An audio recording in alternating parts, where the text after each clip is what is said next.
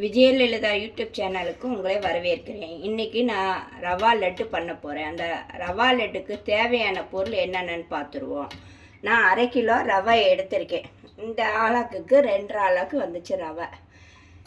சர்க்கரை அதே 2 ஆளாக்குக்கு நான் எடுத்திருக்கேன். 3/4 கிலோவுக்கு கொஞ்சம் கம்மியாக எடுத்திருக்கேன். இது 1/2 கிலோ ரவை, இது 3/4 கிலோ சர்க்கரை. இது முந்திரியும் வெள்ளரி விதையும் எடுத்து வச்சுருக்கேன். தேவையானது நெய். இவ்வளோதான் இதுக்கு இன்க்ரீடியன்ட்ஸ் தேவை. இது எப்படி பண்ணலான்றதை செய்யலான்றதை காட்டுறேன் வாங்க. நெய்யில் சூடு பண்ணிவிட்டு அடுப்பை சிம்மில் வச்சுட்டேன். ரவை கருகக்கூடாது, ரவை கலர் ரொம்ப மாறக்கூடாது. எப்படி ரவை இருந்துச்சோ அந்த மாதிரி சிம்மில் வச்சே தான் வறுக்கணும். நான் ரவையை வறுக்கிறேன் பாருங்கள். 1 ஸ்பூன் நெய் ஃபுல்லாக ஊற்றிருக்கேன். ஊற்றிட்டு ரவையை வறுக்கிறேன். ரவை வறுத்த பின்னாடி எப்படி இருக்குன்றதை காட்டுறேன் பாருங்கள். அடுப்பை ஃபுல்லாக சிம்லேயே தான் இருக்கணும், அந்த சூட்லேயே தான் வறுக்கணும்.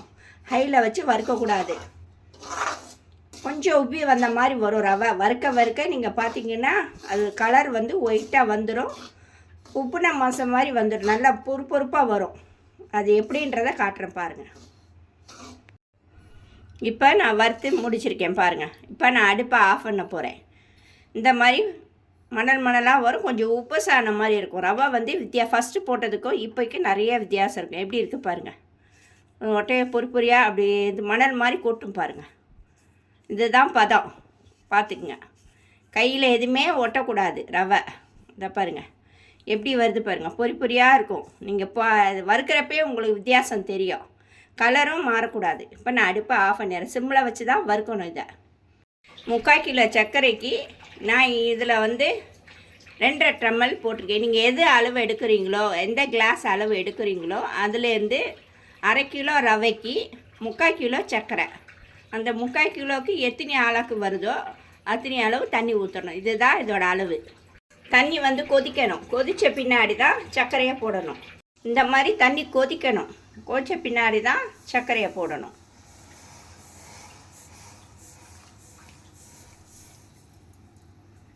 இது பதம் எப்படின்றத காட்டுறேன் பாருங்கள்.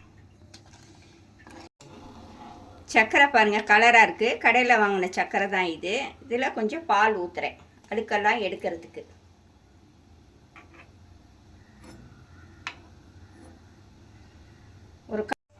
நான் 1/4 பால் ஊற்றினேன். கொதித்து உங்களுக்கு இந்த மாதிரி அழுக்கெல்லாம் வந்துடுது பாருங்கள். இதெல்லாம் அப்படியே வடிகட்டி எடுத்துடணும். க்ளீனாக எல்லாத்தையுமே எடுத்துடணும். இங்கே பாருங்கள் எவ்வளோ அழுக்கு வந்திருக்கு பாருங்கள். அதில் இருக்க அழுக்கெல்லாம் கம்ப்ளீட்டாக வந்த பின்னாடி எப்படி பாகு எடுக்குன்றதை காட்டுற பாருங்கள். நான் பால் ஊற்றினேன், அந்த அழுக்கு எல்லாமே எடுத்துட்டேன். இப்போ பாருங்கள் கண்ணாடி பதத்தில் இருக்க பாருங்கள். அந்த அழுக்கெல்லாம் கிளியர் பண்ணிவிடும், வெள்ளைன்னு இருக்கும். இப்போ கொதிச்சோடனே ஒரு கம்பி பதத்துக்கு நான் காட்டுவேன். எப்படி இருக்குன்றதை காட்டுறேன் பாருங்கள். இப்போ வரல பாருங்கள், கையில் இது பண்ணுறப்ப வரல, இன்னும் வரல. ஒரு 2 நிமிஷம் இருக்கட்டும், நான் காட்டுறேன் எப்படி இருக்குன்றது. ஹையில் வச்சுருந்தேன், இப்போ சிம்மில் ஆக்கிட்டு உங்களுக்கு பதத்தை காட்டுறேன் பாருங்கள். இதை பாருங்கள் இப்படி வரணும். தெரியுதா உங்களுக்கு? கையிலேருந்து ஒட்டுது பாருங்கள். ஒரு கம்பி பதம் தான் வரணும். தெரியுதா? ஒரே ஒரு கம்பி பதம் இது தான் வரணும். அடுப்பை நான் சிம்பிளாக வச்சிட்றேன். இப்போ ரவையை எடுத்து நான் கொட்டுறேன்.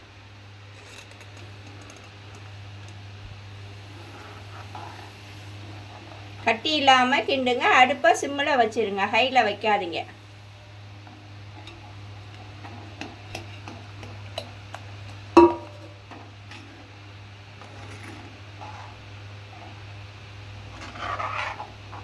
சிம்மில் தான் வச்சுருக்கேன். இங்கே பாருங்கள், அது அப்படியே இறுக்கிடும் உங்களுக்கு. அந்த இதெல்லாம் ஜீரா பாகெல்லாம் ஃபுல்லாக இழுத்துரும்.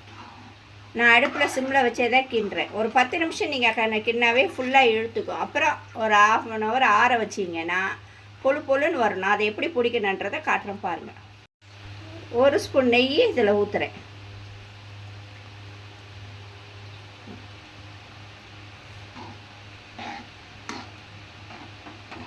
வெள்ளரி விதையும் முந்திரியும் நான் அப்படியே போடுறேன்.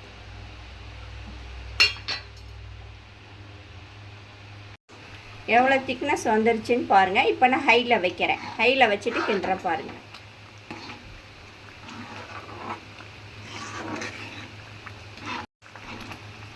கையெடுக்காமல் கிண்டணும்.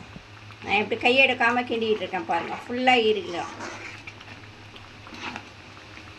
இதை திக்காயிருச்சு. இப்போ நான் ஆஃப் பண்ணிடுறேன். ஒரு 20 நிமிஷம் ஆற விட்டுட்டிங்கன்னா புழுன்னு வந்துடும். நான் இதை ஆற கிண்டிக்கிட்டே இருக்கணும். இங்கே பாருங்கள் எவ்வளோ ஆற எப்படி வருதுன்னு பாருங்கள். நான் அரை மணி நேரம் சொல்கிறேன். எடுத்து வச்சுட்டு ஒரு அரை மணி நேரம் வைங்க. கிண்டிக்கிட்டே இருந்தீங்கன்னா அது புழுன்னு உங்களுக்கு வந்துடும். உருட்டுறதுக்கு ரொம்ப ஈஸியாக இருக்கும். எப்படி வந்திருக்கு பாருங்கள். ஆற எப்படி இருக்குது பாருங்கள். எவ்வளோ டைட்டாக இருக்குது பாருங்கள். இன்னும் ஆறணும். ஆறினவனே பொழுன்னு வந்துடும். நம்மளுக்கு ஈஸியாக இருக்கும் பிடிக்கிறதுக்கு. சாப்பிட்றதுக்கு ட்ரைனஸ்க்கு ரொம்ப நல்லாயிருக்கும். நான் அரை மணி நேரமாக ஊற வச்சு சொன்னாலும் ஆற விட்டுடுங்கன்னு. ஆறின பின்னாடி இந்த மாதிரி உதிரியாக வந்துடும். நான் கடாயிலேருந்து பாத்திரத்துக்கு மாற்றிட்டேன். இங்கே பாருங்கள் எல்லாமே உதிரியாக வந்துடும். இங்கே பாருங்கள் எப்படி வந்திருக்குன்றதை பாருங்கள். இதை நீங்கள் அப்படியே உருண்டை பிடிச்சி வச்சிங்கன்னா 1 மாதம் வரைக்கும் கெட்டு போகாது. 15 நாள் நீங்கள் வெளியே வச்சுட்டு 15 நாள் ஃப்ரிட்ஜில் வச்சுக்கலாம். ரொம்ப சூப்பர் டேஸ்ட்டாக இருக்கும். எப்படி இருக்குன்றதை நான் பிடிச்சி காட்டுறேன் பாருங்கள். நீங்கள் சும்மா இப்படி பிடிச்சாவே போதும். இங்கே பாருங்கள் சின்ன உருண்டையாகவே நான் பிடிச்சி காட்டுறேன்.